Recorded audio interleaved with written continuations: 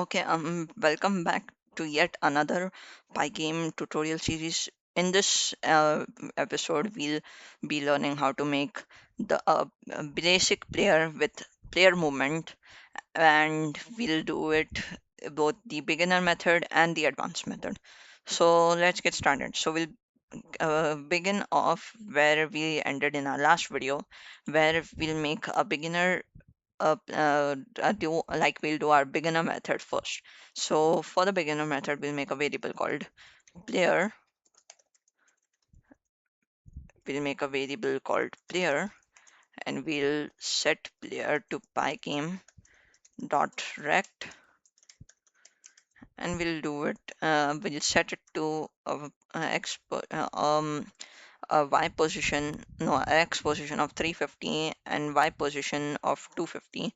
We'll set its width height to 50 pixels and its height to we'll set its width to 50 pixels and height to 50 pixels as well. After this, we'll make yet another variable called speed, and we'll set this to 5. After this, we'll draw our player by doing pygame dot draw dot rect, and we'll draw it on a surface which is our screen. We'll give it a color which is blue, and we'll draw it on a rect which is our player. Now just before this, we'll make a variable called keys, and we'll set it to pygame.key.getPressed, and then we'll do if keys pygame.k underscore w. Then we'll change our player.y minus equals to speed. Then if keys is pygame.k underscore s, we'll set our player.y to plus equals to speed.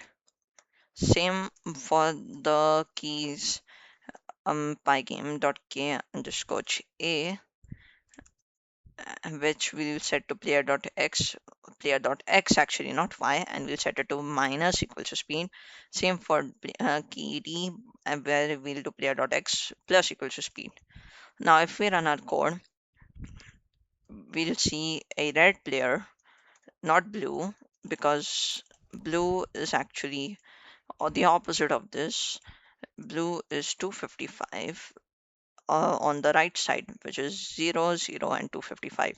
If we run this, yep, we see our blue player, and it also moves with the WASD keys. That's all there is to the beginner method. Now we'll go into the advanced method. For the advanced method, we'll remove all these and make a separate class called player. We'll make a init method in this class through which we'll be passing our x and y variables, where we'll we set self.x to x, self.y to y, and self.speed to 5.